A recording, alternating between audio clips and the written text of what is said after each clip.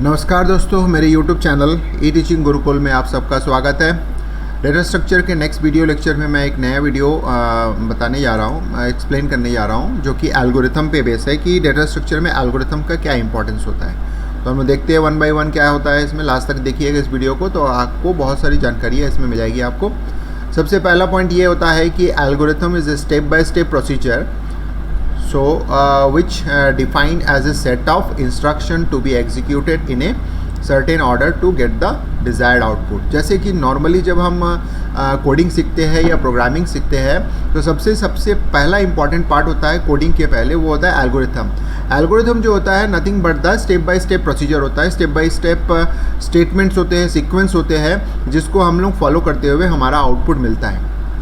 तो इसको algorithm sense में मतलब है कि पहले स्टेप में क्या होगा, दूसरे स्टेप में क्या होगा, उस चीज़ों को हम बताते हैं। तो algorithm is nothing but the step by step process होता है या स्टेप बाय स्टेप स्टेटमेंट्स होते हैं। सेकेंड वन होता है कि algorithms are generally created independent of the underlying language. Simple सी बात है कि कोई भी एल्गोरिथम जब आप बनाते हो, तो मैंने ऑलरेडी आपको अभी थोड़ी देर पहले बताया कि कोडिंग के पहले का स्टेप जो होता है ये होता है। तो इसका मतलब है कोडिंग लैंग्वेज डिपेंडेंट होता है। इसका मतलब हुआ कि एल्गोरिथम लैंग्वेज इंडिपेंडेंट होता है। तो इसका मतलब है जो भी चीज़ें आप अपने दिमाग में सोचते हो या उसको क्रिएट करना चाहते हो कि इसका कोड कैसे होगा, इसको कैसे रन करना है, तो उसके लिए आपको एक टेम्पलेट तैयार करना पड़ता है, एक ब्लूप्रिंट तैयार करना पड़ता है दिमाग में, जो कि एल्गोरिथम फॉर्म में उसको पुट करना पड़ता है। तो इसीलिए बोला जाता है algorithm are generally language independent होता है, यानी किसी लैंग्वेज को सोच के हम एल्गोरिथम नहीं लिखते। लैंग्वेज जो होता है वो एल्गोरिथम के बेस पर लैंग्वेज डिपेंडेंट हम कोडिंग करते हैं। तो इसका मतलब है आपको पहले एल्गोरिथम सोचना है। That is an algorithm can be implemented in more than one programming language. तो इसका मतलब होता है कि आप जो होता है इम्प्लीमेंटेड फॉर्म में अगर आप सोचते हो तो एल्गोरिथम का जो इम्प्लीमेंटेशन है यानी प्रैक्टिकल अप्रोच है वो होता है language. From the data structure point of view following are some important categories of algorithm. कुछ इंपॉर्टेंट कैटेगरीज ऑफ एल्गोरिथम्स होते हैं, वो कौन कौन से होते हैं। पहला सर्च, यानी एल्गोरिथम जब हम सोचते हैं तो कुछ इम्पॉर्टेंट कैटेगरीज या इम्पॉर्टेंट जो फैक्टर्स होते हैं एल्गोरिथम में, वो चीज़ें होती है। सबसे पहला फैक्टर्स होता है सर्चिंग, यानी हर एल्गोरिथम में विदाउट सर्चिंग आपका कोई भी चीज़, जैसे सपोज कर लो आप कोई बड़ा प्रोजेक्ट बनाते हो तो उसके लिए आप बड़े बड़े एल्गोरिथम डिज़ाइन करते हो, तो उन एल्गोरिथम में एक प्रोसेस सर्च का होना जरूरी है। ठीक है। सेकेंड पॉइंट होता है शॉर्टिंग। सपोज कर लो आप ऐसे प्रोजेक्ट बना रहे हो जिसमें database huge number of database store हो रहा है, तो उसको शॉर्टेड ऑर्डर में रखना बहुत अच्छा होता है, ताकि हमारा जो सर्चिंग प्रोसेस है वो फास्ट होता है। तो सर्टेन ऑर्डर में शॉर्ट करके रखना। इंसर्ट, सपोज कर लो आपको कोई नया डेटा ऐड करना है, तो एल्गोरिथम में नया डेटा को ऐड करने के लिए इंसर्ट ऑपरेशंस, तो यानी ये कुछ basic type of categories of operation होते हैं जिसके अंतर्गत हम बहुत सारे एल्गोरिथम डिज़ाइन कर सकते हैं। जैसे सर्चिंग में बहुत सारे वैराइटीज़ ऑफ सर्चिंग कर सकते हैं। शॉर्टिंग में हमारे पास असेंडिंग ऑर्डर, डिसेंडिंग ऑर्डर की सर्चिंग हो सकती है, यानी उसी तरह से हम बोल सकते हैं कि एक कॉलम मतलब एक फील्ड बेस्ड सर्चिंग, दो फील्ड के बेस पर शॉर्टिंग करना, और तीन फील्ड के बेस पर शॉर्टिंग करना, ये भी हमारे पास शॉर्टिंग में आ सकता है। इंसर्शन में भी वैरायटी ऑफ इंसर्शन हो सकता है कि हम लास्ट नोड में कहीं इंसर्ट करेंगे, फर्स्ट नोड में इंसर्ट करना है, या इन बिटवीन कहीं इंसर्ट करना है, इस तरह से उसी तरह से अपडेट करना है। सपोज कर लो varieties of updation can be possible, कहीं भी जाके आप अपडेट कर सकते हो। तो दीज आर द पॉसिबिलिटी। और सबसे इंपॉर्टेंट जो ऑपरेशंस होता है वो डिलीट। डिलीट का मतलब होता है कि किसी भी नोड अगर आपने क्रिएट किया है उसको आप डिलीट करना चाहते हो, तो डिलीट में भी वैराइटीज़ ऑफ एल्गोरिथम्स डेवलप हो सकते हैं, जैसे कि फर्स्ट नोड को डिलीट करना, या लास्ट नोड को डिलीट करना, या इन बिटवीन किसी नोड को डिलीट करना, delete based on some other parameter, delete based on some values. इस तरह से आप डिलीट के डिफरेंट एल्गोरिथम्स। तो इसका मतलब है कि ये 5 कैटेगरीज है जिसके अंतर्गत हम एल्गोरिथम को जनरली डिज़ाइन करते हैं। कैरेक्टरिस्टिक्स ऑफ एल्गोरिथम, सबसे इंपॉर्टेंट होता है कि जो हमारा कैरेक्टरिस्टिक्स मतलब वो किस तरह से बिहेव करता है, किस तरह से उसके गुण होते हैं, उस चीज़ को हम लोग देखेंगे। Not all procedure can be called an algorithm. तो इसका मतलब होता है कि किसी भी प्रोसीजर को आप बना देते हो और बोल देते हो कि ये एक एल्गोरिथम है, इट्स नॉट ट्रू, यानी ये सही नहीं होता है। यानी आप बोलोगे कि मैं 4 स्टेटमेंट शो कर रहा हूँ और बोल रहा हूँ कि ये मेरा एल्गोरिथम है, नहीं बोल सकते, क्योंकि एल्गोरिथम यानी एक प्रॉपर मैनर में होता है और उनमें जो चीज़ें रिक्वायर्ड होती है अगर वो इंक्लूड होता है तो उसी चीज़ को हम एल्गोरिथम बोलते हैं। तो इसका मतलब यही हुआ कि किसी भी प्रोसीजर को आप एल्गोरिथम नहीं बोल सकते हो। लेकिन इसका उल्टा आप ये बोल सकते हो कि कोई भी एल्गोरिथम प्रोसीजर ही कहलाता है। So an algorithm should have the following characteristics. तो यानी एल्गोरिथम किसको बोलेंगे, जिसमें ये सब कैरेक्टरिस्टिक्स होगा। सबसे पहला, एल्गोरिथम नीट एंड क्लीन होना चाहिए। नीट एंड क्लियर भी हो सकता है, ऐसे बोलता है, नीट एंड क्लीन तो होता ही है, साथ में ये बोल सकते हो कि नीट एंड क्लियर होना चाहिए। क्लियर मतलब उसमें कोई एम्बिग्यूटी का केस आना ही नहीं चाहिए, कन्फ्यूजन होना ही नहीं चाहिए। तो algorithm should be clear and unambiguous. So each of its step और phases and their inputs and outputs should be clear and must be lead to only one meaning। तो इसका मतलब होता है जो हम इनपुट दे रहे हैं या जो आउटपुट आ रहा है, हर स्टेप में सारी चीज़ों को क्लियरली मेंशन होना चाहिए, क्लियरली अंडरस्टैंडेबल होना चाहिए। जो भी आपके एल्गोरिथम को पढ़ता है तो वो उसको समझ में आ जाता है कि इनपुट इस तरह इसलिए लिया गया है और उसका आउटपुट किस लिए आ रहा है। और उसके बाद जो होता है एक मीनिंगफुल आपको कोई जो आउटपुट है वो जनरेट हो रहा है। सो वन मीनिंग होना चाहिए, मल्टीपल मीनिंग होने नहीं चाहिए। यानी आपके एल्गोरिथम में कंफ्यूज हो जा रहा है कोई रीडर कि इसमें दोनों तरीके के कंफ्यूज, मतलब 2 तरीके के आउटपुट्स आ रहे हैं, 2 तरीके के रिजल्ट आ रहा है, तो सही रिजल्ट कौन है। तो ये इस तरीके का कंफ्यूजन वाला केस नहीं होना चाहिए, अनएम्बिग्यूअस होना चाहिए। दूसरा, प्रॉपर इनपुट होना चाहिए। सो एन एल्गोरिथम शुड हैव 0 और मोर वेल डिफाइंड इनपुट्स। बनी प्रॉपर इनपुट, या तो आप एल्गोरिथम में कोई इनपुट दोगे नहीं, अगर इनपुट देते हो तो फिर उसको प्रॉपर मैनर में होना चाहिए कि क्या इनपुट आप दे रहे हो, उसमें भी एम्बिग्यूटी नहीं होनी चाहिए। Output, N algorithm should have 1 और more well defined outputs and should match the desired output. तो इसका मतलब है आउटपुट आप जो चाहते हो या किसी यूज़र के लिए आप या किसी ऐसा बोल सकते हो कि किसी थर्ड पार्टी के लिए आप कोई प्रोग्राम बना रहे हो या एल्गोरिथम या कोई कोडिंग करने जा रहे हो, तो एल्गोरिथम ऐसे लोगे कि थर्ड पार्टी को समझ में आएगा कि आपने क्या लिया, इनपुट लिया है, उसका आउटपुट क्या होगा। जब उसको ये चीज़ें समझ में आएगी कि वो जो आउटपुट चाहता है वही आउटपुट आपने एल्गोरिथम में मेंशन किया है, तो फिर वो कंफर्म हो जाएगा कि मेरा जो सॉफ्टवेयर है वो सही बनेगा। तो इस तरह से आप एल्गोरिथम में आउटपुट प्रॉपरली होता है।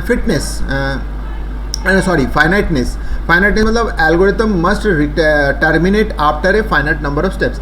तो इसका मतलब है एल्गोरिथम जो आप बनाओगे उसमें कोई भी इनफाइनाइट लूप नहीं बनने चाहिए, यानी इनफाइनाइट कंडीशंस पे जाना ही नहीं चाहिए। तो ये चीज़ें को आप डिफाइन करना है कि वो फाइनाइट वे में ख़त्म हो।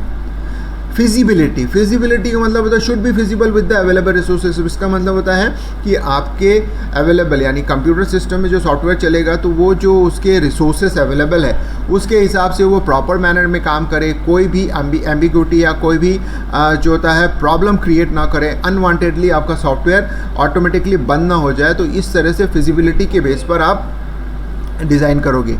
और दूसरा होता है नेक्स्ट जो आपके पास है तो independent, and algorithm should have step by step direction which should be independent of any programming code. तो इसका मतलब होता है, ऑलरेडी मैंने पहले बता दिया था कि एल्गोरिथम किसी भी प्रोग्रामिंग लैंग्वेज को डिपेंड करके नहीं बनाते हैं।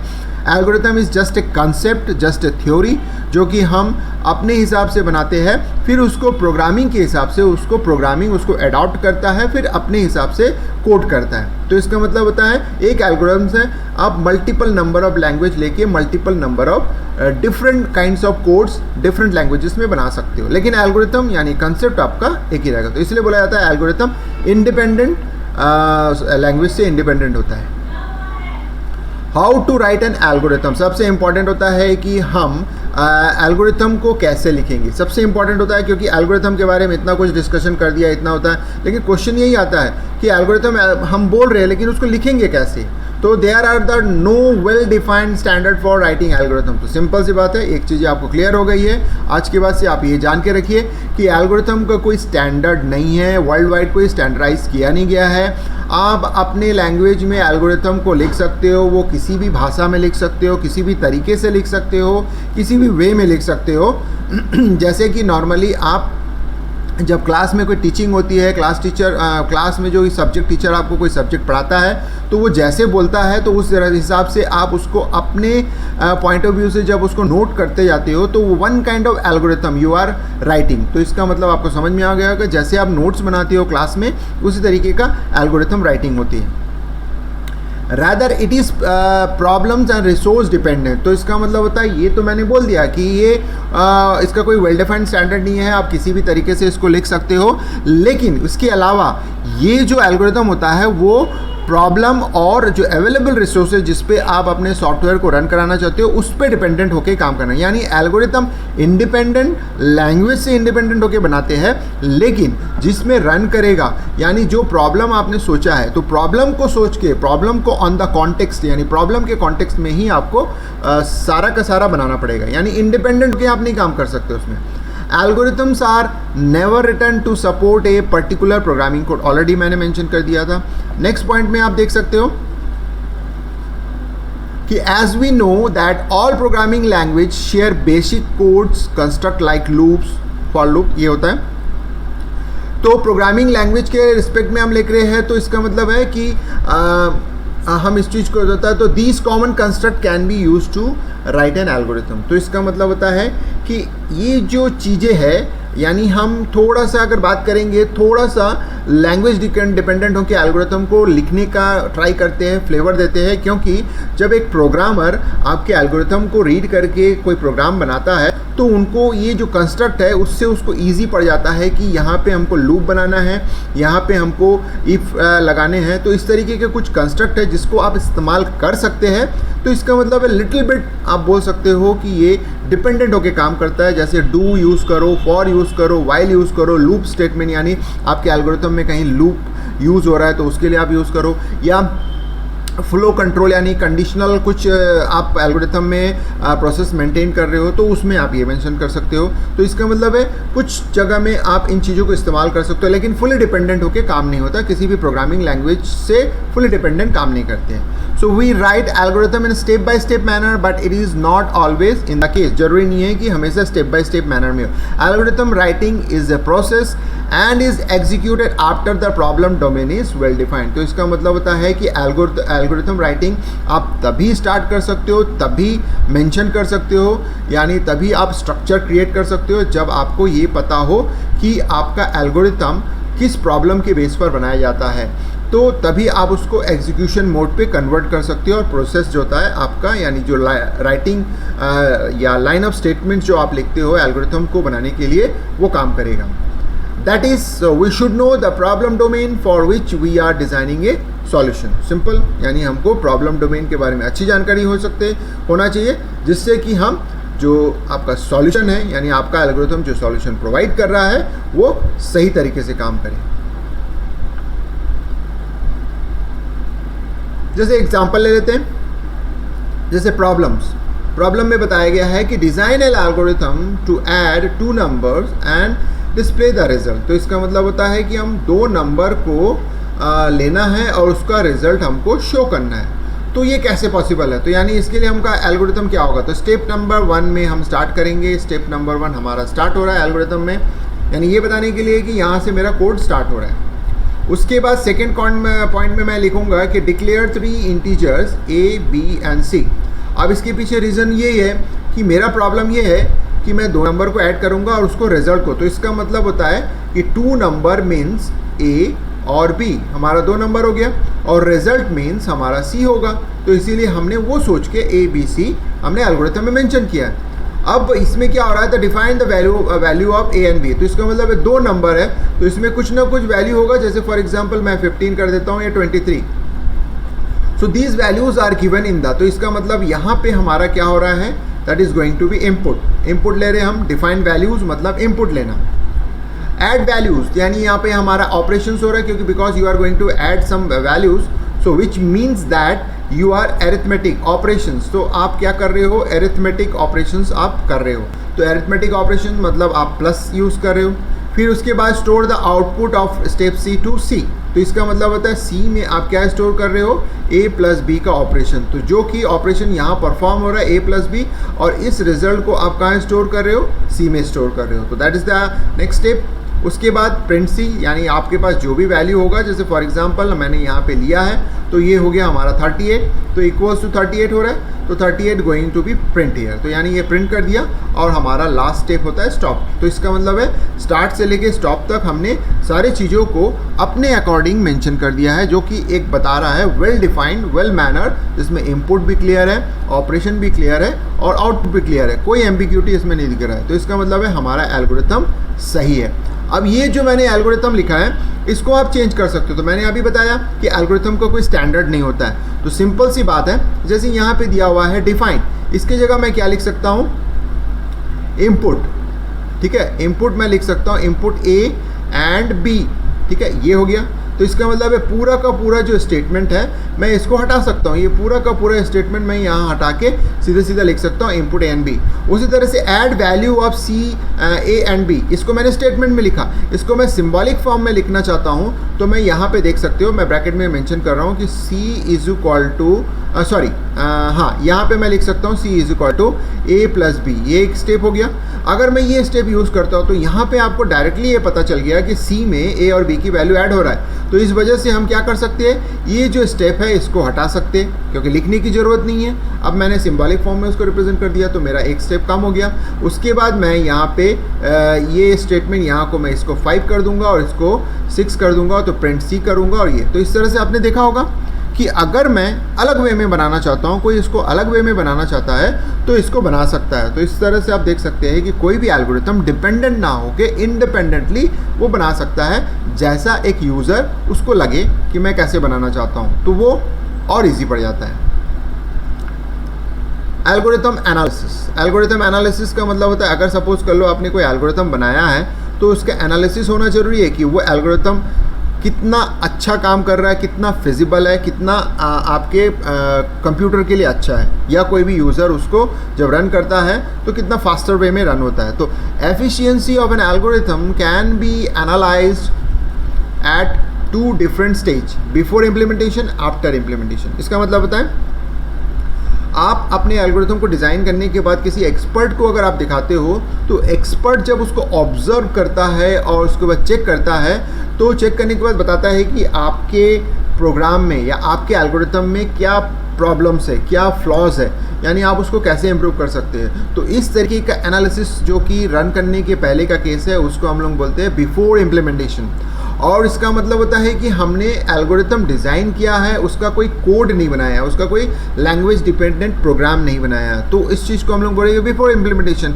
उसके बाद आप एक सॉफ्टवेयर किसी को देते हो, यानी जो एक सॉफ्टवेयर बनाने वाले यानी कोड प्रोग्रामर को उसको देते हो, तो प्रोग्रामर क्या करता है, उस एल्गोरिथम को इंटरप्रेट करते हुए जब उसको कोड करता है और उसको रन करता है, तो रन करने के बाद उसको पता चलता है कि आपके प्रोग्राम में कुछ प्रॉब्लम्स हैं, यानी लॉजिकल प्रॉब्लम्स हैं, यानी जो आप इनपुट दे रहे हो और आउटपुट आपको सही नहीं मिल रहा है। तो इसका मतलब होता है बिफोर इम्प्लीमेंटेशन जब आपने किया है तो उसमें आपको सब कुछ सही लग रहा है, लेकिन जब आप उसको कोड किए हो सकता है कि डेटा टाइप्स का कोई प्रॉब्लम हो या कोई कंपाइलर का प्रॉब्लम हो, यानी कंपाइलर डिपेंडेंट कुछ इश्यूज हो, यानी वो लॉजिकली वो काम नहीं कर रहा हो। इसको हम लोग बोलते हैं आफ्टर इम्प्लीमेंटेशन, यानी एग्जीक्यूशन करने के बाद।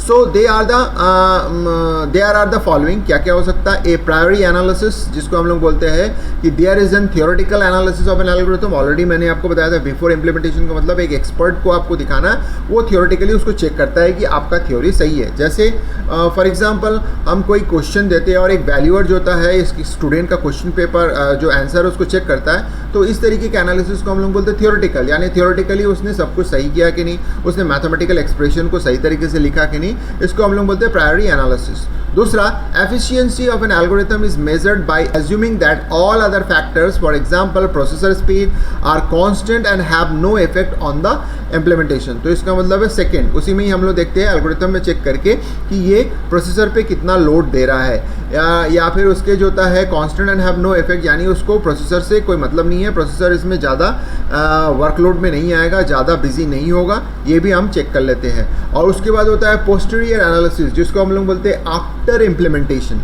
तो इसका मतलब है एग्जीक्यूट मतलब कोड बनने के बाद जब उसको एग्जीक्यूट करते हैं तो वो कैसे होता है। तो this is an empirical analysis of an algorithm, यानी एक्चुअल जो एनालिसिस होता है वो होता है आफ्टर इम्प्लीमेंटेशन, यानी पोस्टीरियर एनालिसिस जो होता है एक्चुअल होता है, क्योंकि वही आपका अल्टीमेटली सॉफ्टवेयर रन करता है आपके सिस्टम पे। तो सिस्टम पे जब रन करता है तो यानी इस एनालिसिस को हम एम्पिरिकल एनालिसिस कहते हैं। The selected algorithm is implemented using programming language, already मैंने बताया। आफ्टर इम्प्लीमेंटेशन का मतलब होता है एल्गोरिथम्स का कोड बनना, कोड को एग्जीक्यूट करना, तो तभी बनता है। तो इसलिए वो लैंग्वेज यानी प्रोग्रामिंग लैंग्वेज के बेस पर उसका implementation. This is then executed on target computer machine. अब जब आपने रन कर दिया, कंपाइल करने के बाद, एग्जीक्यूट करने के बाद, एनालिसिस किया कि आपका सब कुछ सही है, फिर उसको आप जो है हैंड ओवर करते हो कि जो आपका मशीन है यानी जिसके लिए आपने इसको बनाया उसके मशीन पे उसको एग्जीक्यूट करना। In this analysis, actual statistic like running time, space required are collected. तो इसका मतलब होता है running time and space required आप बिफोर इम्प्लीमेंटेशन में अप्लाई नहीं कर सकते, इसको आप जो होता है आफ्टर इम्प्लीमेंटेशन में ही अप्लाई कर सकते हो, क्योंकि जब रन करता है, रन करने के बाद ही आपको उसका एग्जीक्यूशन टाइम, जिसको हम रनिंग टाइम बोलते हैं, और कितना स्पेस लेता है मेमोरी का, वो चीज़ें आपको पता चलती है। तो इस तरह से आपने देखा कि before implementation and after implementation कैसे